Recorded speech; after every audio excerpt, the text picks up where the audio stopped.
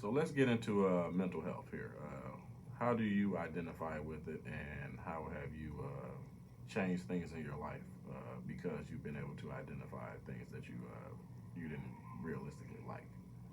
So I think for me, the way I identified it a little bit was for me, I started to notice like certain things that would happen. Like I kind of spoke earlier too on like being anxious and feeling like I was nervous about things all the time. And then there were things that I felt like I was like really low on energy, and there was like just I wouldn't get around to things, and I was like, why are all these negative things going on? And they didn't really make a lot of sense because I didn't feel like that's who I was as an individual. Like I didn't actually feel like I was low energy, but I had no motivation.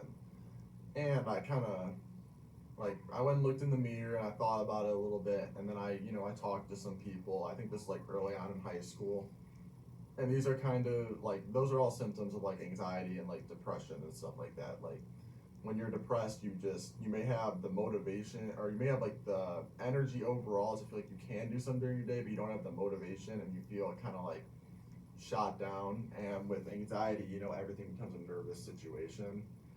And after a while, I was able to notice those things and go, okay, like that's what this is. And I was able to realize, like, no, I'm not just inherently nervous here. Like, this is an anxiety issue that I have to go and fix. Mm-hmm.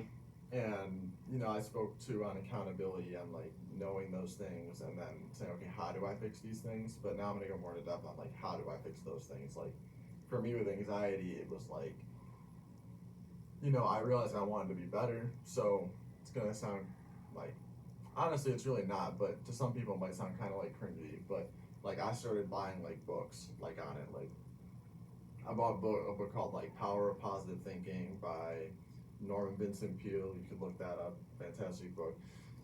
And it like goes through like all these things, and you start to realize, like I started to realize while I was reading it, like yeah, this is me, or maybe this wasn't me, but there were a lot of things in there that were me, and I was like, okay, great, like most of these books speak on successful people and how they get around these situations. Mm-hmm.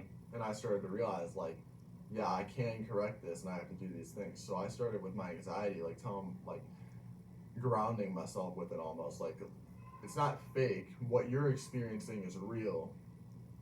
But the things that are happening around you or some of the symptoms that you're getting from it are actually fake. Or anxiety can best be defined to me as an irrational fear of something that hasn't even happened yet. Like if you're anxious about failing an exam, you haven't failed that exam yet.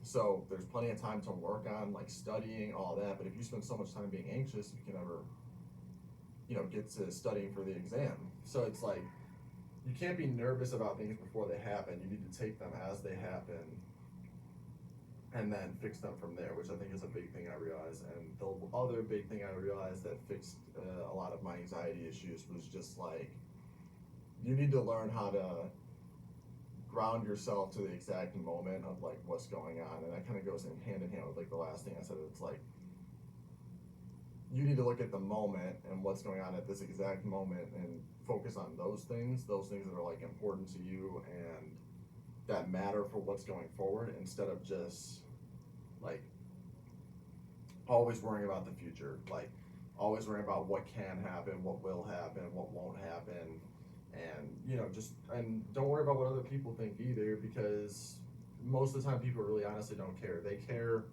right away and then they forget about it. Like no one goes to bed thinking about something you did at night or like something you didn't do at night.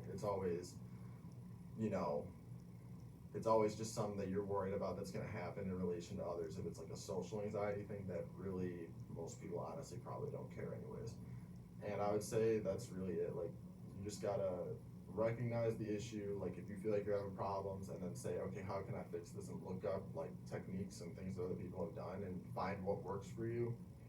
And really just like buckle down and make it a priority. Like it's not it's not something you just throw in the back burner. It's something that you say, okay, like I have an anxiety issue, I want to fix this issue, and then you make it like a part of like your daily routine, like working on something every day to help with your anxiety, or telling yourself certain things that will help you overall eventually correct the problem.